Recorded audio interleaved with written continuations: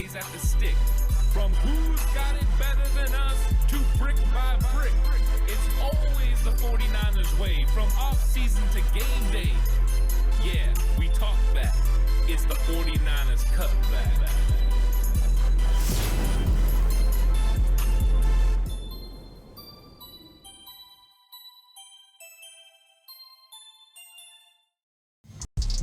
It's 49ers Cutback podcast time. Welcome to the show, everyone. I'm excited about this episode. We're going to be talking about under-the-radar offensive line targets for the 49ers. And just kind of listening to what people are saying, what John Lynch and Kyle Shanahan and Jed York were kind of reiterating at the owners' meetings, is you start to get a feeling that potentially the 49ers could be interested in looking for offensive linemen late in this draft again. We've seen this as a consistent method of building their offensive line. Whether you believe that it's worked or not, the 49ers do believe this method has worked in their advantage. When you look at some of the players that they've been able to add, it's been a lot of mid-round talent. They got Spencer Burford with a fourth-round pick. And yeah, Spencer Burford hasn't done much over the last couple of years. He did a very good job his rookie season, minus a hiccup in the Super Bowl, was a very significant player during that season. You've got Nick Zakelj, who's going to be in the mix to play left guard, who showed vast improvement last year. That's a sixth-round pick. You got Colt McKivitz in the fifth round, and he is your starting right tackle going on. This will be his third year now. So you're seeing some guys that they've been able to get late that can contribute. And then you look at Dominic Puni, who was a day 2 pick, a third-round pick, and he hits, and all of a sudden you've got another mid-round pick. So it looks like the 49ers are all for adding mid-round picks that they believe can contribute to their football team. Now, Trent Williams is the outlier. Now, it only took a fifth-round pick for the 49ers to acquire him from Washington, but he was a top 10 pick when he came out of Oklahoma. So you've got the one first-rounder, and then you've got a bunch of mid-round picks and Jake Brendel. Brendel, undrafted free agent. So you see that there's a lot of potential talent, a lot of depth when it comes to offensive line. Even look at Jalen Moore, who left in free agency. He was a fifth-round pick. So mid-rounds is normally where the 49ers hit. Outlier has to be Mike McGlinchey in 2018, his first year there. That's an outlier. You look over, and Aaron Banks was an outlier, being a second-round pick in 2021's NFL draft. So 49ers have consistently reached out and got mid-round guys. So I want to go through a process of looking at some guys that are probably flying under the radar a bit. Now, these aren't exactly going to be names maybe you haven't heard of, but they could also be offensive linemen that are slipping, or just guys that I feel need to be highlighted because of their potential 49er fit. So some of the names you may know, some of the main names you may not know. But the thing is to kind of put a spotlight on some players the 49ers could target, whether that be in day 2. A lot of the guys I'm going to talk about in this episode are probably going to go day 3. And this is kind of that hotbed territory where the 49ers like to go.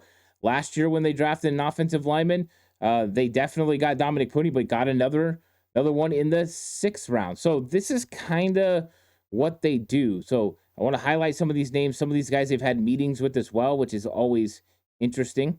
So please like and subscribe to the channel if you haven't already. I really appreciate it. Listening audio platform, 49ers Cutback on Believe Network. Please give it a 5-star rating. Now, some guys that I've talked a lot about, I'm not going to talk about in this episode, but just know that I still consider them really good targets for the 49ers potentially.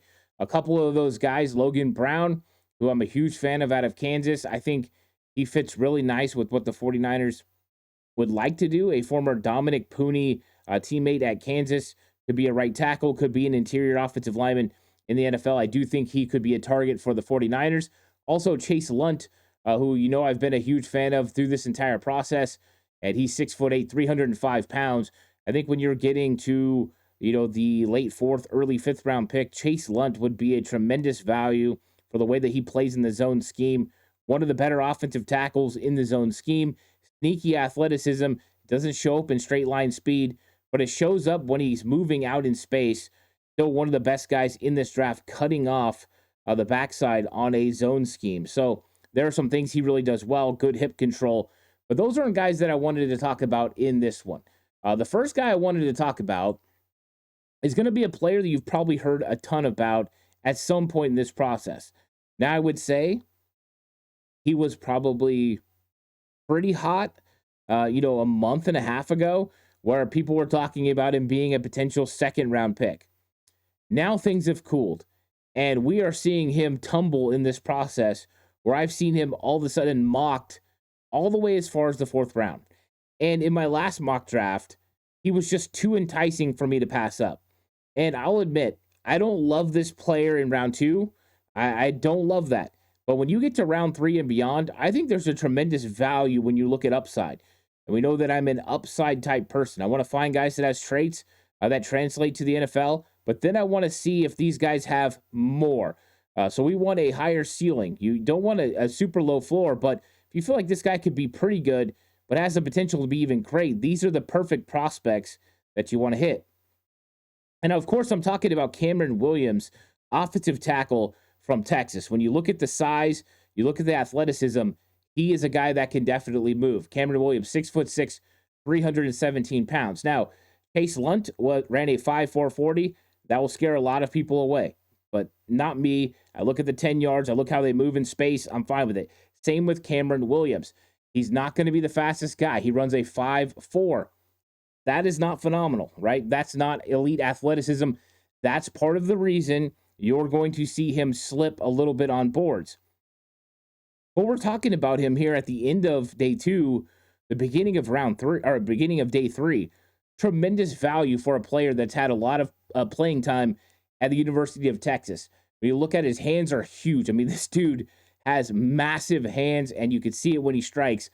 So he's got 11 3/8 hands. That's a top 95 percentile. He's got 34.5-inch arms, which is top 60 percentile. So you're talking about the natural length for an offensive tackle. He's got it. Over 34 inches. He's got the heavy hands. That's something you're really looking for. Now, he's better as a pass blocker than he is a run blocker. Very a la Dominic Pooney last year. You're finding a guy that's better pass blocking than run blocking. And what we've seen is that trend happen now with Chris Foerster's offensive line. Originally, when they had John Benton and Kyle Shanahan first got there, the thought process was, let's go get outstanding run blocking offensive tackles, and then let's develop them when it comes to pass blocking. Now, John Benton moved on. He went to the New York Jets. After the 2020 season, he followed Robert Saleh, and in came Chris Foerster. And Foerster kept that kind of same thought process for a year or two, but now we've gotten to the point where it looks like it's flipped, where they're looking for better pass blockers and pass protection and guys that can develop in the run game, because it's easier to develop guys in the run game as long as they are able to drive their feet and have a nastiness to them. They're able to go out there and inflict a little bit of movement with their initial contact. And Cameron Williams would be one of those guys with those heavy hands. Like, he can do that. And he's not a bad run blocker, don't get me wrong. He's pretty good. Now, what's interesting is I looked up some of the players that people thought that they reminded them of, and there were two that stood out. Dominic Pooney and Graham Barton. It's probably why I like this guy, because I thought last year that Dominic Pooney was the Graham Barton of the mid-rounds. And I think I was pretty accurate with that. And so now that I like Cameron Williams, it doesn't exactly shock me, right? The Dominic Pooney wasn't the most athletic guy when you're talking about speed, but Cameron Williams isn't either. But that's not why I like him. I like the way they move in space and they get where they need to get on time. So he's a big guy, 317 pounds, which I like. That initial punch is one of the best initial punches that you're going to see, because he has those big hands. He's got a lot of strength and a lot of power, and he lights people up. So that's one thing I love about him. He gets people moving at the point of attack. He's also got really good contact, and then he's able to hold on to those blocks. He's just able to latch on and not allow these guys to go. One of our main concerns about some of the offensive linemen that the 49ers currently have, or the 49ers are moving on from, is they weren't able to continue their blocks, to hold those blocks and make sure the player didn't get off and be able to disengage and make a play. Cameron Williams does a good job with that. He's very good at controlling defenders, and he does a great job of getting initial contact push that kicks them back on their heels and allows you to be able to make some plays. He's also a guy that gets a lot of pancake blocks. I watched him make a lot of blocks on linebackers, make a lot of blocks on defensive ends where he just continues to leg drive through the echo of the whistle. And a lot of the times he puts guys on the ground, whether that be in run blocking, where I saw it the most, but he can do it in pass protection as well, which is extremely impressive. This is a guy that's good moving, right? He can pull, he can climb to the second level and be effective. I'm not worried about long speed. I'm worried about how well does this guy operate in short areas. He does it at a high level. He was very good when it came to the screen game. You look at Kelvin Banks on the other side, very 49ers-esque. He handles things in space very well. Cameron Williams, also another athletic freak like that, where he looks good in space and does a very good job of being able to operate in space. He is technically sound when it comes to his run blocking technique.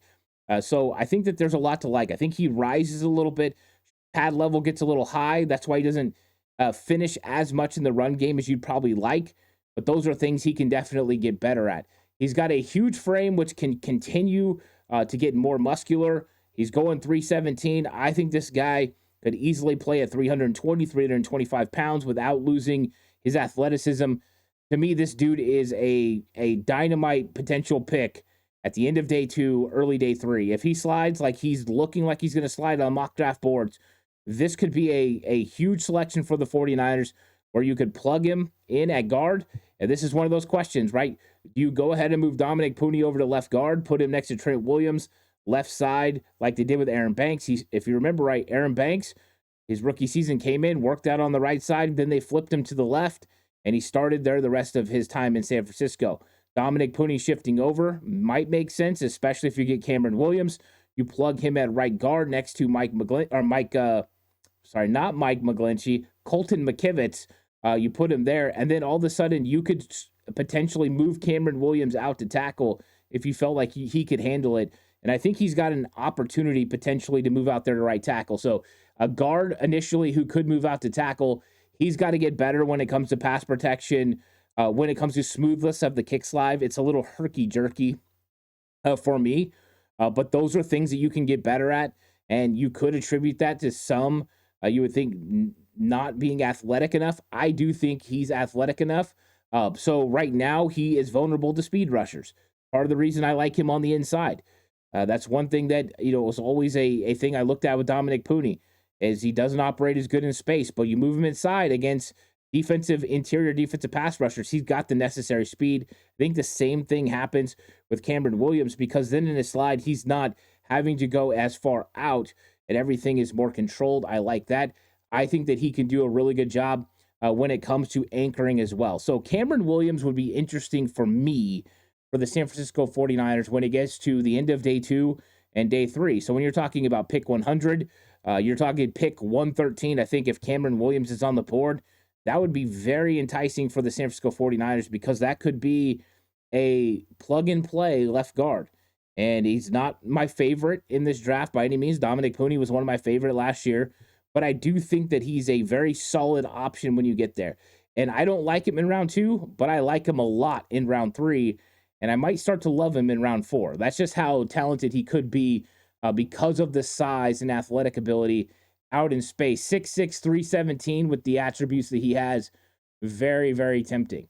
So that's probably a name you've heard a lot about. Now I'm going to talk about one that's flying under the radar because his teammate is so good, but he's not bad either. He's a pretty good player.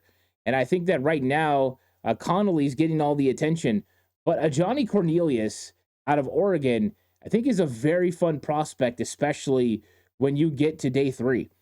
The ability to move in space is there. 6'5", 310 pounds, a 5'1", 40. So plenty of athleticism when you're talking long range and running. The athletic profile, not tremendous. He does have 33.5-inch arms, which means he can play offensive tackle for the San Francisco 49ers. That's one of the keys, is making sure you have 33-plus arms, and then you can play tackle in San Francisco for Chris Furster. He meets that requirement. And so I think he does a pretty good job. Another guy that's better pass blocking than run blocking. But when you're talking about Cameron Williams compared to a Johnny Cornelius, Cameron Williams is far superior pass blocking and run blocking. These are definitely two different talents, and why one of them slipping, I'm not really understanding why. But I think with Johnny Cornelius, he's got the ability to be a nice, solid prospect, in the mid rounds, and he's been a pretty good player in his time in the NFL. I'm sorry, in college football. I think he would be good in the NFL as well. So let's just talk a little bit about what he does well. I think when you look at him and the stature that he holds, he able to hold his weight well. He's got good balance, good movement skills, which is important, especially when you're dealing with strong and fast defensive ends out on the outside. And he's able to handle power rushers. As long as he's able to keep that leverage, he does a pretty good job with it. His arm length is good enough at being able to force defenders to take wider pass, so he can make sure he works them around. Does a pretty good job in his slide. I wouldn't call it perfect, but it's pretty good at cutting off defenders and being able to kind of cut down that distance. He does a good job. He's got good hands. He's able to lock on the same way Cameron Williams is. It's another thing I like about a Johnny Cornelius. The hands to be able to lock on and not allow defenders the ability to beat him. He's got a good initial contact, a good strike that is often timed really well. When you watch his film, you're going to see him stick out, and it's not always a two-hand. A lot of times it's that single hand, and boom, jumps it out there, gets it in the chest plate of the defender, kind of knocks them off balance or slows them up a little bit to allow him to get where he needs to get. So he's got a very good strike. It often works. He times it well to catch a defender off balance. I think he does a really good job with that, and I'm a fan of it. He makes sure that he always keeps inside position when he gets into that chest plate. You get outside, that's when you're going to get holdings. You get outside, that's when you're going to lose. But I think he does a really good job with that. Just like Cameron Williams, he runs his feet in run blocking through the echo of the whistle. This is a guy that continues to go. He is a legit dog out there on the field. He goes out there and he tries to put people into the ground.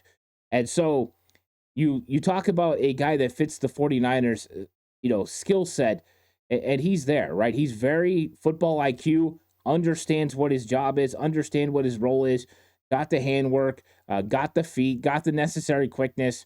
He fits. And so I think when you get to day 3, Johnny Cornelius would be an excellent selection for the 49ers. Whether they see him as a potential guard or a tackle, I don't know. I do believe he can play tackle in the NFL. I think he could be a right tackle in the NFL and be pretty good. If you're wanting a guy to potentially be your swing tackle, I think a Johnny Cornelius fits that role. Talked about some guys like Logan Brown. I think he would also be a nice swing tackle. There's some other guys as well, Chase Lunt. These guys fit the bill of what the 49ers are looking for. So Johnny Cornelius would make a lot of sense. There are some things, that he's going to have to get better at. I think sometimes he plays too tall. That was something I saw with Cameron Williams as well. Their pads start to elevate, and then that's when they become weak. That's also when they will bend at the waist, and Cameron Williams does the same thing. So some things that he needs to get a little bit better at, and he's going to have some weaknesses. He's going to have to make sure that hand stays on point because sometimes he can get beat when guys are moving laterally. So that's something that he's going to have to work on. But Johnny Cornelius, I think in day 3 would make a lot of sense for the 49ers. The athletic profiles there, and the fact that he plays till the end and just really will kind of maul people is something that I really like. So a guy that I've been a huge fan of, and I wanted to highlight him on this because I do think he could be a very solid prospect for the San Francisco 49ers. Athleticism is there, size is there, and when you talk about Wisconsin, you're talking about some big offensive linemen. And Jack Nelson is one of those guys.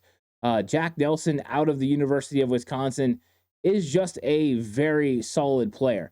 And I think that he would be a solid addition to the 49ers. He goes 6'7", 314, ran a 5'1", 40, which is impressive. He's got 33.5-inch arms, meets the 49ers threshold. But he's a guy that's not exactly the best mover in space, but a guy that I think has enough athleticism to be able to do it. And part of the reason I like him is I think that he's been playing offensive tackle pretty consistently at Wisconsin. But I think that if you move Jack Nelson to guard, and I think if you moved him to left guard, that he has the potential to start day one. He has a absolutely fantastic anchor. If he gets underneath you and he gets to his spot before you do, he's going to stymie you. You're not going to get around him. He's got the necessary length to stop you laterally. He's got the necessary anchor to stop you from penetrating. I like Jack Nelson. This was one of the first guys that was a mid-round guy that I was like, woo, this dude is a beast. And he just stops bull rushers in their tracks, which that's what Dominic Pooney does. If you could get a Jack Nelson to do the same thing, yeah, you still have Jake Brendel, and that's a weakness of his. But you want to slow up internal pressure for Brock Purdy. One of the quickest ways to get to a quarterback is right down the middle. Well, if you could keep the pocket from collapsing because you're able to stymie those interior defensive linemen and not allow push, Brock Purdy is going to have a lot of success in this 49ers offense. And Jack Nelson has an elite trait in the fact that he's a great anchor in the middle of the offensive line. And right now, this is a translation, right? He's playing out at left tackle, and he's going to have to project inside. But we saw with Dominic Pooney, and I think we can see with Jack Nelson as well. Not telling you who's Dominic Pooney. I'm just saying they have a similar skill set when it comes to that. He's got a very good initial burst off the line of scrimmage. He's able to get where he needs to go quickly. That's why he fits the 49ers. A extremely good first step, and he's able to keep his body under control. Some guys will kind of lose form when they're going out and trying to be fast and get the initial contact. He keeps good form. He keeps good hand usage, and he's got a good first step to be able to win when he's going against defenders. He does a very good job of translating from combo blocks to the second level, which is something else you need to have in the 49ers system. You have to have good spatial awareness. You have to have good timing. He does that at a high level, which I like. He's also a guy that's able to finish. He's got that ability, that dog mentality to be able to finish on guys. And you just see when he gets moving that people move with him. Double teams, they create movement vertically on the film that I saw. He's got a wide base when he blocks. That's one of the things, the first thing you'll notice. This dude is really, really talented. I think that there are some weaknesses that definitely potentially move him inside to guard. I think he could play tackle if you wanted to work on some things that he needs to get better at. Some of those is overset and dealing with speed rushers out on the outside. But I think if you moved him inside to guard, he's got the necessary lateral quickness to handle the quicker defensive tackles because of his length and his athleticism, but also the anchor to handle the bigger one-tech defensive tackles from being able to beat him. He's got the necessary arm length to deal with interior defensive linemen.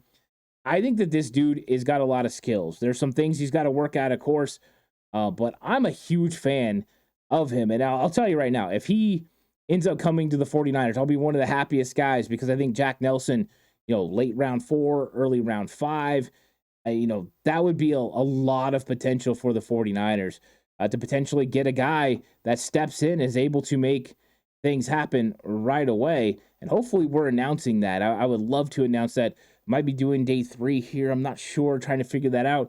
But if you're going to get involved in a draft party, come out to the 49ers Rush draft party. The first night, they're going to have Yammer Lenore, and that's at the Broadway Studios in San Francisco. You can go online. You can buy the tickets by going to, the 49ers RushRoadTrip.com. Tickets are $20. But you could come out and you could meet Yammer Lenore on the first night. Then the second night of it, we're going to be live. We're going to be talking about what's going on. I'm going to be joining John Chapman. There's going to be a lot of fun as we're going to be out talking about every pick as it happens from a 49ers swerve. So go to 49ersRushRoadTrip.com, get your tickets, come hang out with us. You'll get to meet John Chapman. You'll get to meet me. If you go the first night, you'll get to meet Yammer Lenore. It's going to be a lot of fun. It's going to be all 49er fans hanging out. I'm sure there'll be some others as well, but it's always a good time when you get to hang out with the faithful and get to hang out on draft night. So that's Jack Nelson. So let's talk about a guy that I haven't really got to talk about a whole lot. Carson Vincent, and the 49ers definitely are interested in Carson Vincent because he's 6'7", 314 pounds and ran a 5'1", 240. The athleticism is there. The kicker is he goes to Alabama A&M, so he hasn't really went against the best competition. He's not a guy that goes against the SEC or the Big Ten. So there's some question marks about the competition that he goes against. When you talk about athleticism and size, he's got it. 34.5-inch arms, boom, check. 7.51 three-cone, check. Broad jump of 111, check. His shuttle, pretty good as well. His wingspan in 84 and 6'8", which is in the 99 percentile. Now, the things you worry about, and this is what I worry about when watching a guy that plays at that level of Alabama A&M, is he also doesn't have upper body strength. Only 14 reps of 225. That's something I question. So this is a guy that I think shows necessary development skills, needs to get a lot stronger in the weight room, needs to get better because the way he handled the talent that he was going against is great. What's he going to do when that talent jumps up to another level? His pass blocking, 89%, pretty good. As far as the ratings that I found, I thought he did a pretty good job. Run blocking, he could get better. And that's a little concerning because of the talent that he was going against. But this is a guy that moves very good side to side, which means the lateral quickness is there. I think he can handle speed rushers in the NFL when it comes to the speed element. I do worry about the guys who can convert speed to power. I think some of those guys would rock him early on. So Carson Vincent, I worry about that. He does a good job of using his length and using his size to his advantage, cutting guys off when it comes to that slide and getting set. So those are some things that are pretty good. I think he is a capable run blocker, but needs to get better. The power is a big concern for me. How is he going to move people at the point of attack? How is he going to handle the bigger, more physical defensive ends? I think those are question marks. So those are some things that I'm worried about. I think there's a lot to like, but this is a developmental offensive tackle, which means for me, you can't take him until after round 5 at the earliest. You take him and you decide that you're going to put him on your team and just continue to develop him. I think that would make a lot of sense. I think he's got, the ability when you're talking about the technique in his slide, the length, the lateral quickness. I think those things are on display. I think my worries for him is what's he going to do in run blocking against bigger, more physical defensive ends? What is he going to do against the defensive ends that have the conversion of speed to power at some of the levels of guys like Jared Verse or Myles Garrett or some of the best guys in this league? How is he going to handle that? How is he even going to handle Nick Bosa at practice? Those are some of my concerns when talking about Carson Vincent. But I think he's got a lot of ability that he could potentially get better and better. So I think that he needs to get stronger. I think that he needs a lot more work. I don't think that he could help an NFL team out right away. But I think he's flying under the radar because of the skills that he does display. So if you have time to park a guy and develop him, I think Carson Vincent would make a lot of sense. I think with the right work and the right weight room plan, that this guy could end up being a huge steal if you have time to develop him.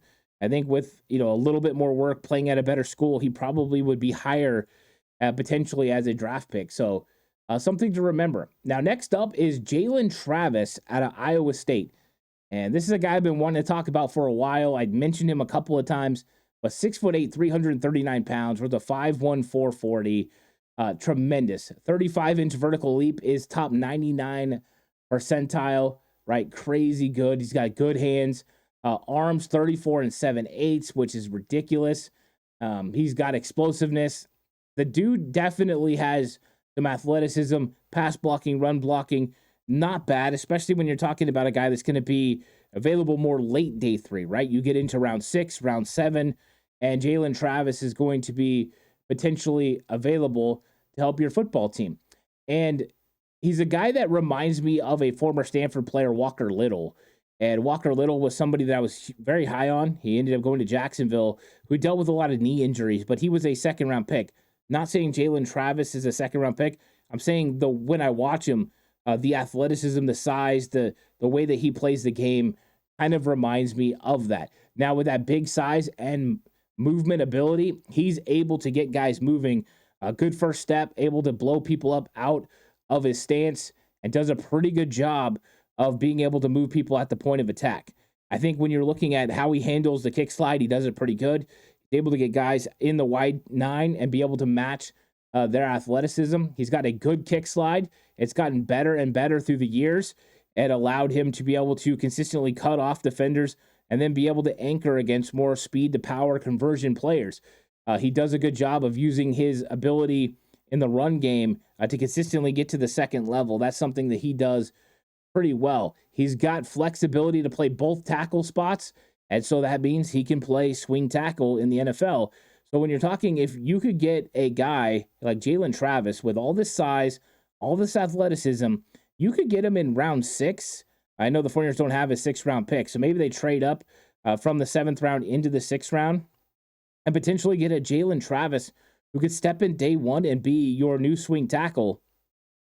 I think that would be tremendous because this is a guy that has a lot of high character. He's also been a captain. He's got leadership ability.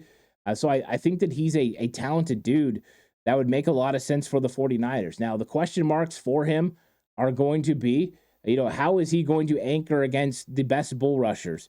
That might contribute to him not moving inside as a guard. So some of these guys we've seen as guard prospects, where I think Jaylen Travis is going to be a guy that stays on the outside. But as a swing tackle, I think he makes a lot of sense. His pad level can be inconsistent, and he can start to rise. So those are some concerns. But I think when you're talking about where you're drafting him, this could be tremendous value. I mean, he's nearly 340 pounds. Still ran a 5'140. You got to think if he took off 10 pounds, he would get even quicker, a little bit more athletic moving laterally. So I like him. Now I want to talk about one more guy, and I've been wanting to talk about him for a while.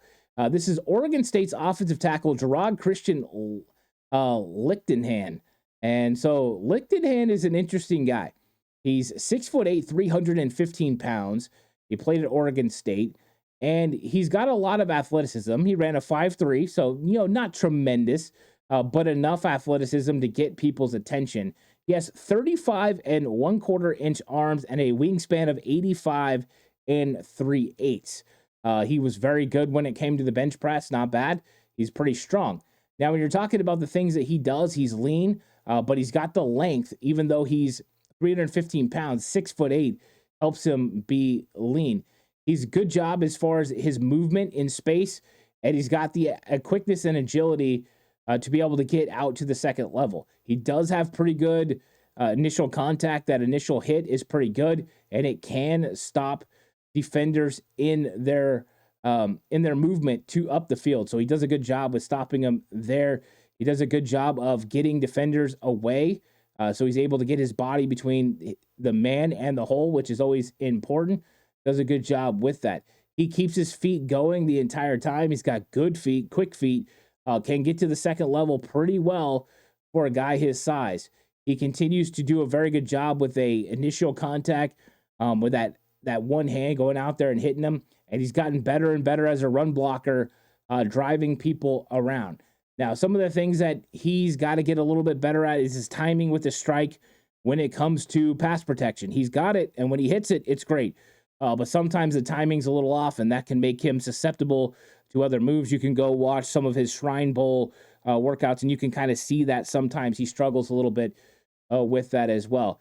Sometimes he struggles against the speed to power combination. That's why we're talking about this guy as a potential 7th round pick or undrafted guy that you can develop.